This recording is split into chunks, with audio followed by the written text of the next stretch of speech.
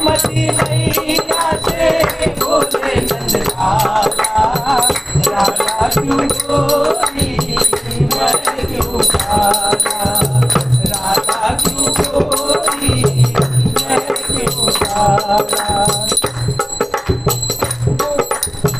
बोली मुस्काती मैया सुन मेरे प्यारे, बोली मुस्काती मैया सुन मेरे प्यारे, गोरी गोरी लाल के नैन कजरारे, गोरी गोरी लाल के नैन कजरारे, काली नैन वाले ने ओ काली नैन वाले ने ऐसा जादू डाला, इसीलिए काला।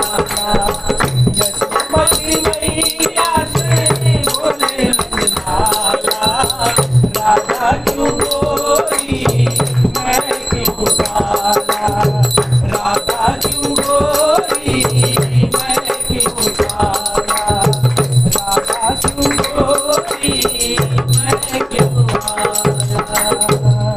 बोलिए कृष्ण कन्हैया लाल की जय।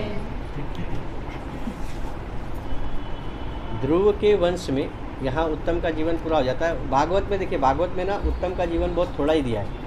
श्रीमद् भागवत अगर हम पढ़ेंगे गीता प्रेस का, तो उसमें उत्तम के जीवन में यही, उत्तम के जीवन के बारे में इतना ही बताया गया है कि मतलब आगे चलकर उनका मतलब राक्षसों ने वध कर दिया है लड़ाई में।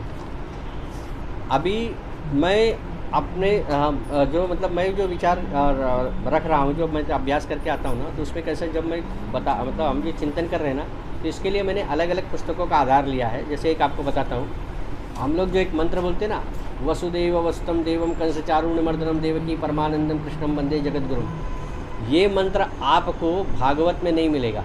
ये भागवत का मंत्र है ही नहीं है। गर्ग संहिता नाम का एक ग्रंथ है, गर्ग संहिता, उस ग्रंथ का ये मंत्र है, बराबर। गर्ग संहिता, गर्ग ऋषि कौन थे?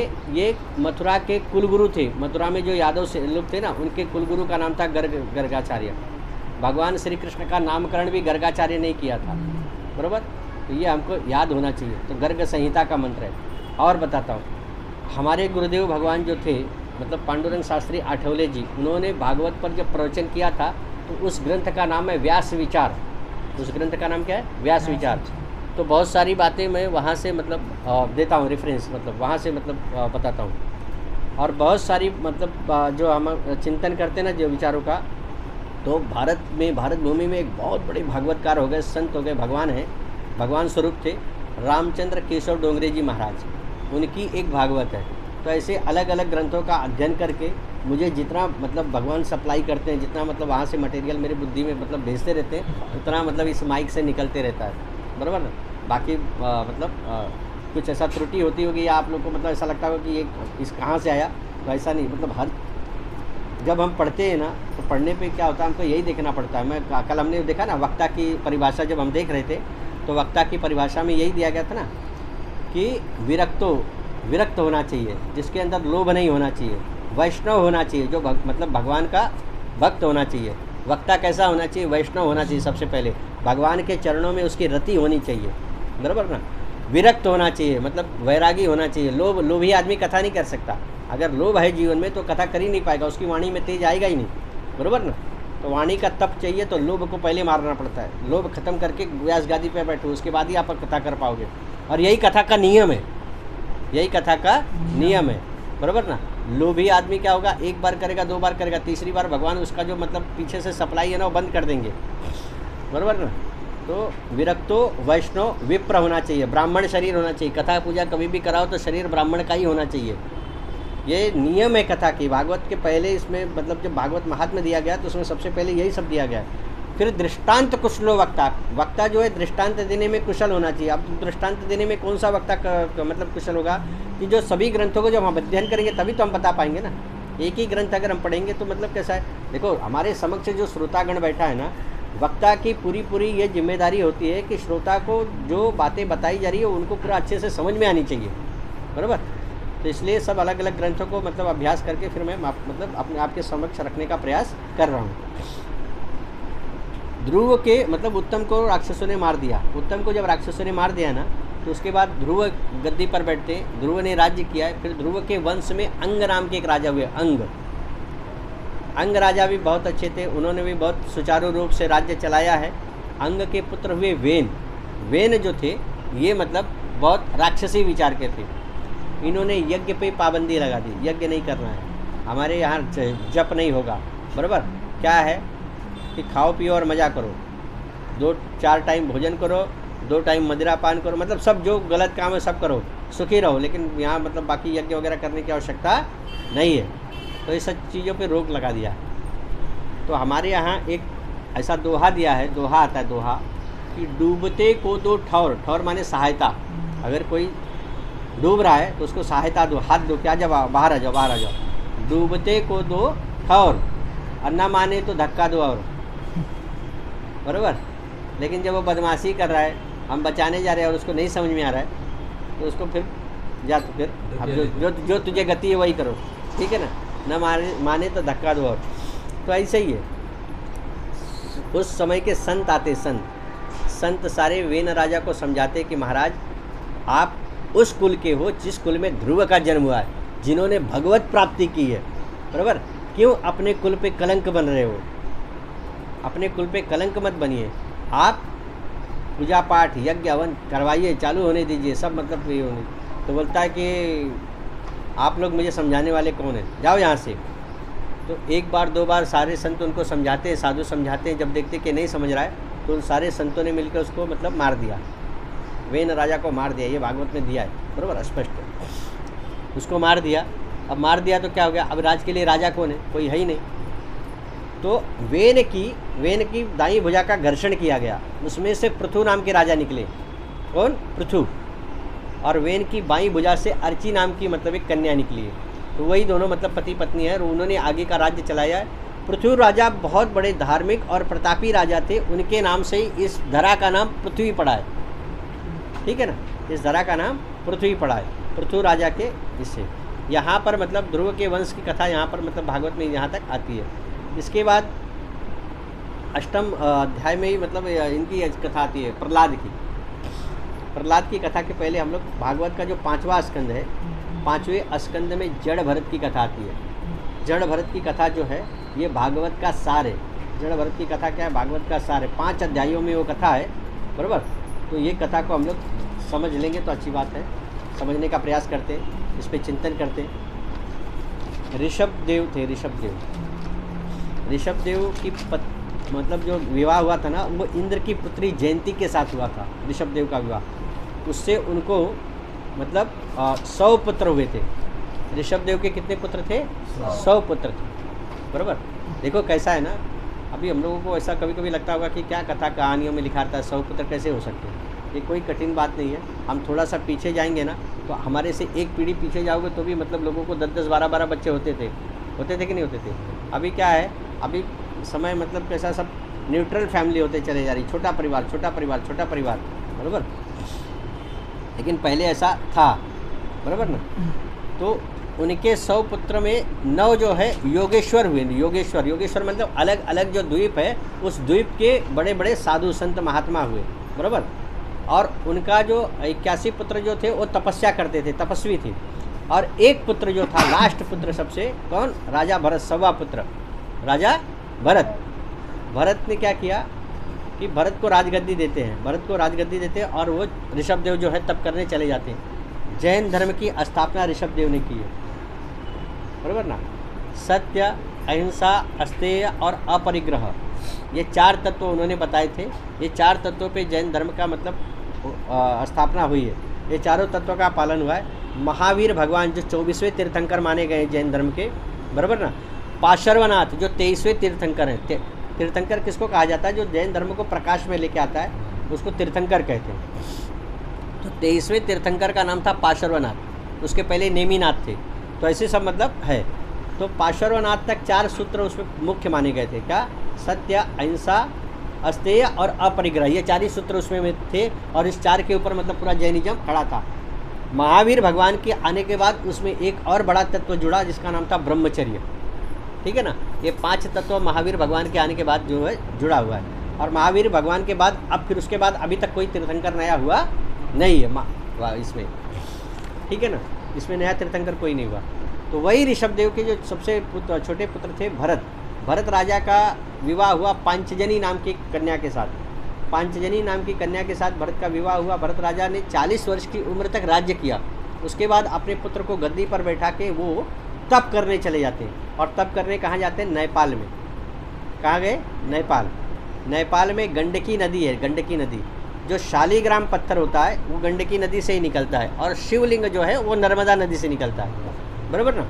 हमारे अयोध्या में जो भगवान श्री राम की मूर्ति है वो जो शालीग्राम पत्थर है वो भी नेपाल की गंडकी नदी से ही मंगाया गया था, बराबर ना। तो वहीं से ये पत्थर आया था, उसी को मतलब तराश कर भगवान श्री राम की मूर्ति बनाई गई है।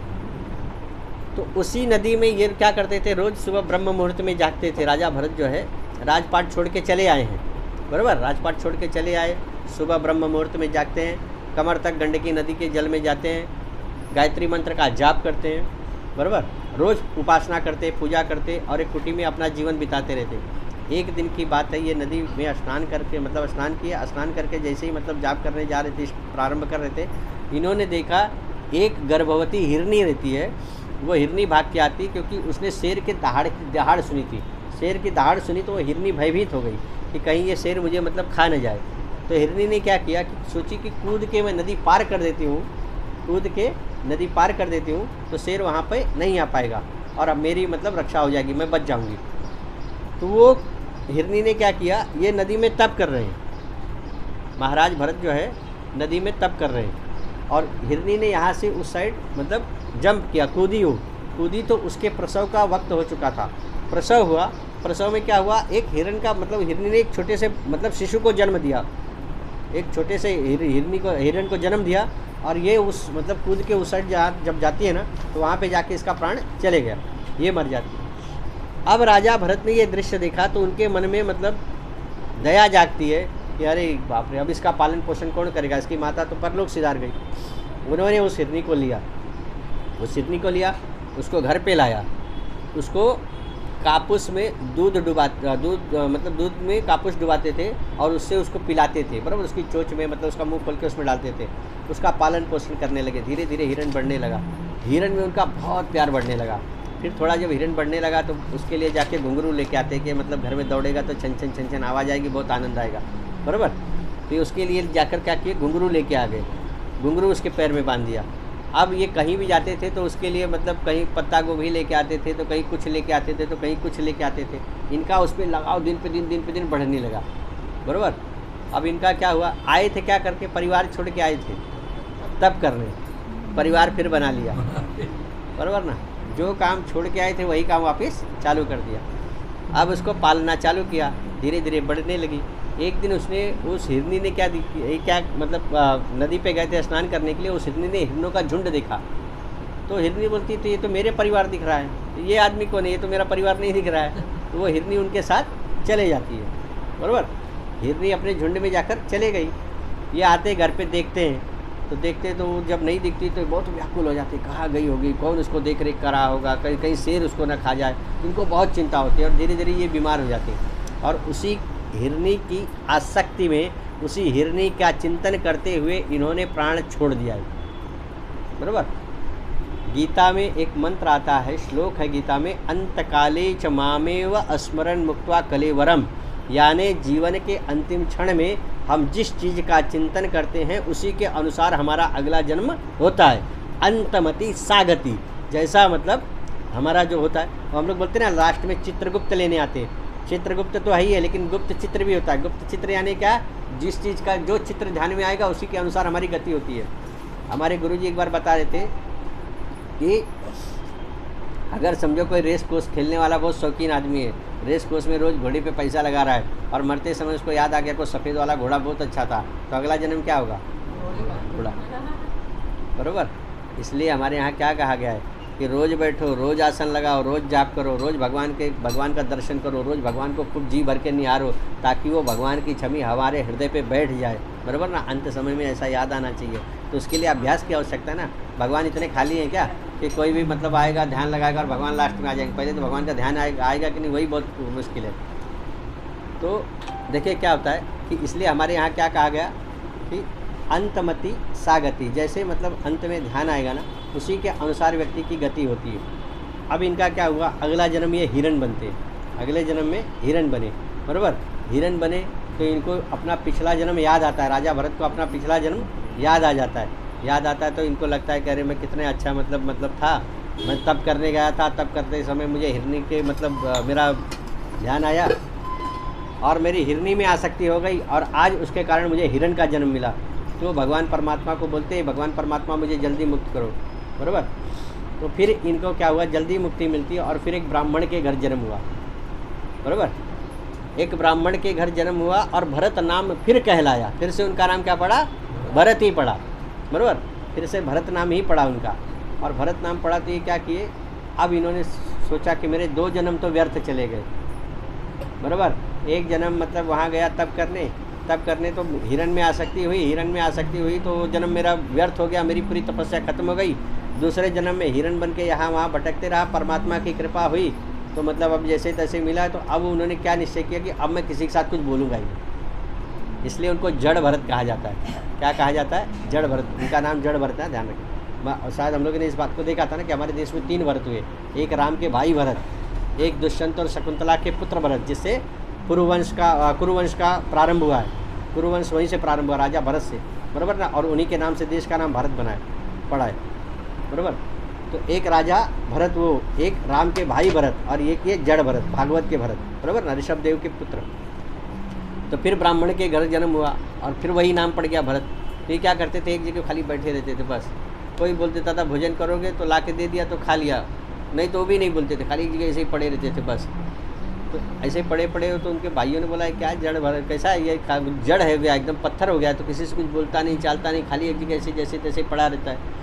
तो उनको मतलब सब जब लोग बोलने लगे, पूरा परिवार के लोग, तो उनको वो चीज़ आनंद लगता है कि अच्छा हो गया, मेरा परिवार अब मेरा विरोध कर रहा है, तो वो घर छोड़ के चले जाते हैं। देखो हमारा परिवार अगर हमारा विरोध करता है तो हमको सब दुश्मन नज़र आते हैं। विरोध कोई कर रहा है ना तो समझो कि अपना अच्छा है। कि हमारा क्या होता है, जब कोई विरोध करता है तब हमको भगवान की याद आती है, बराबर ना।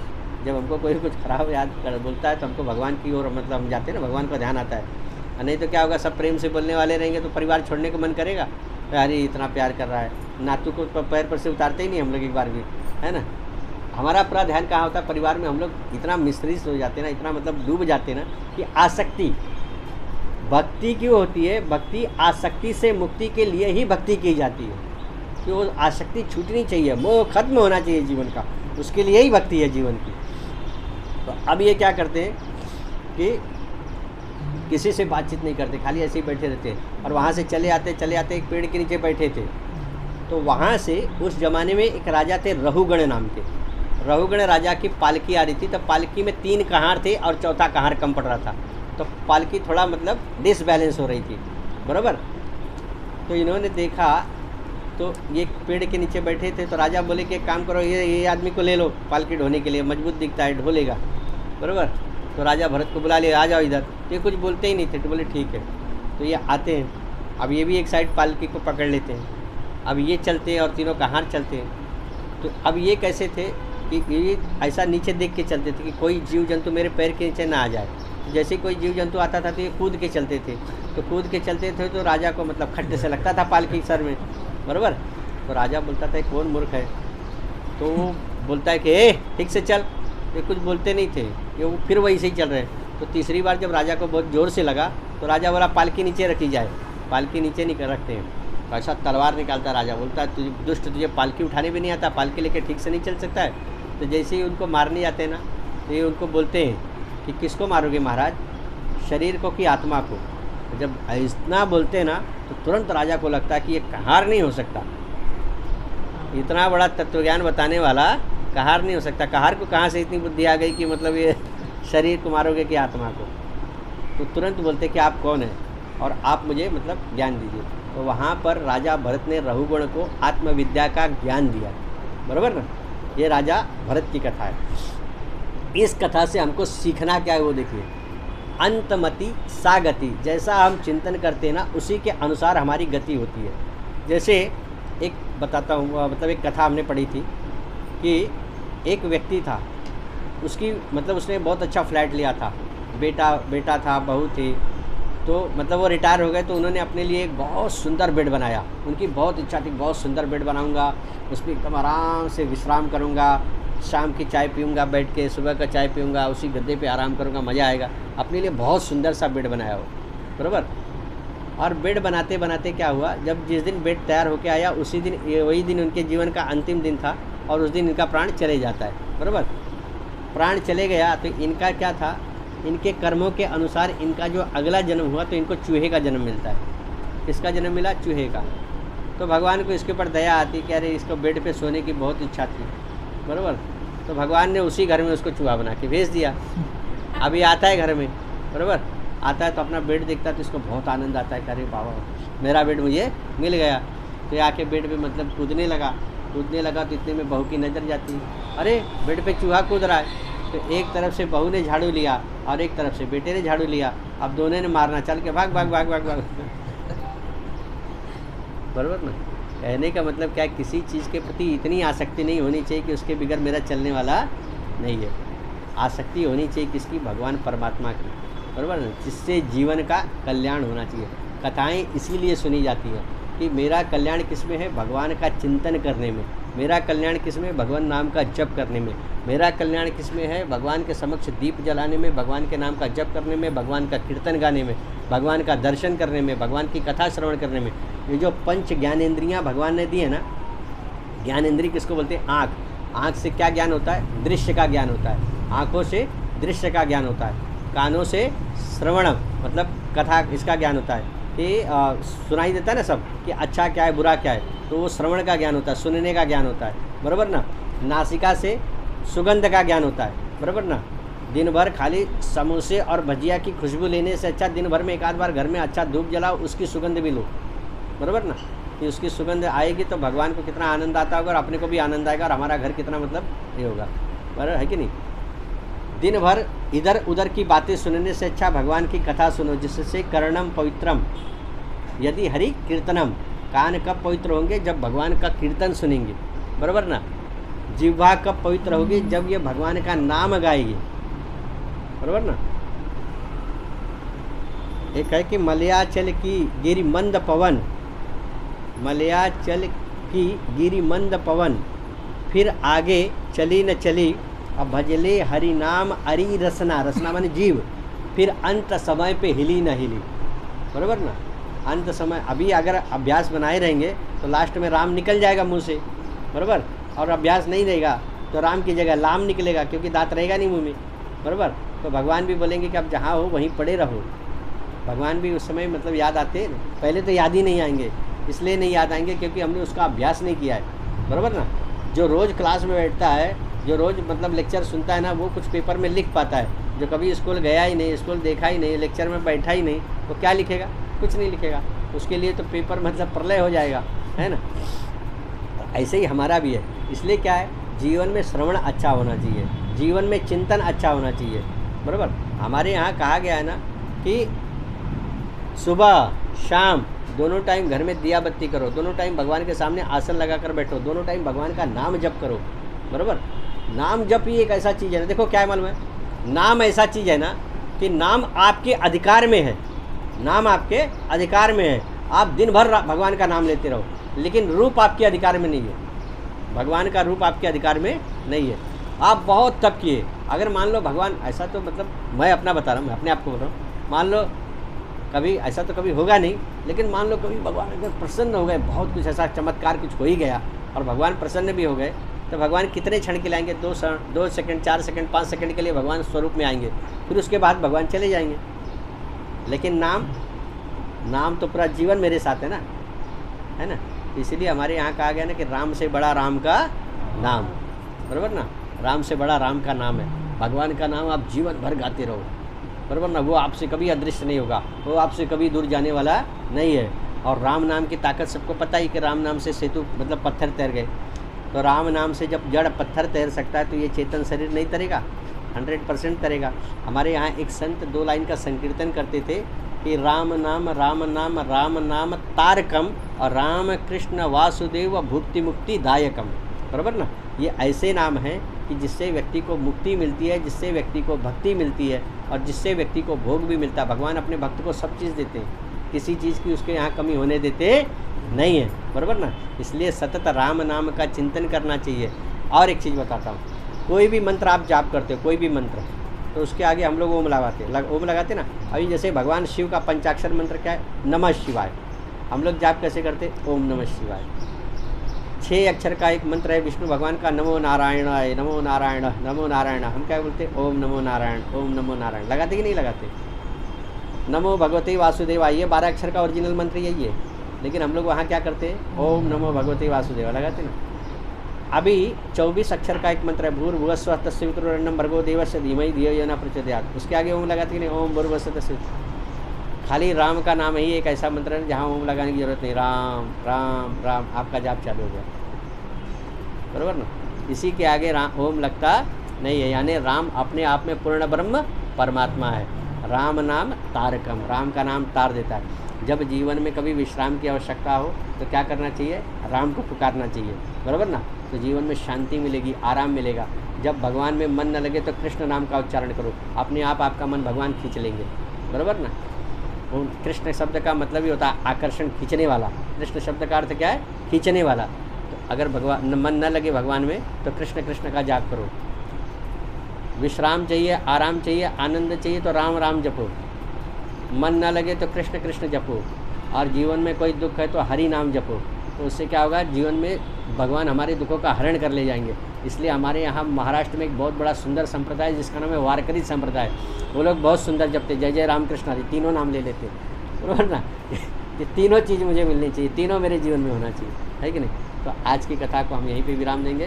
बोलो श्री कृष्ण भगवान की जय।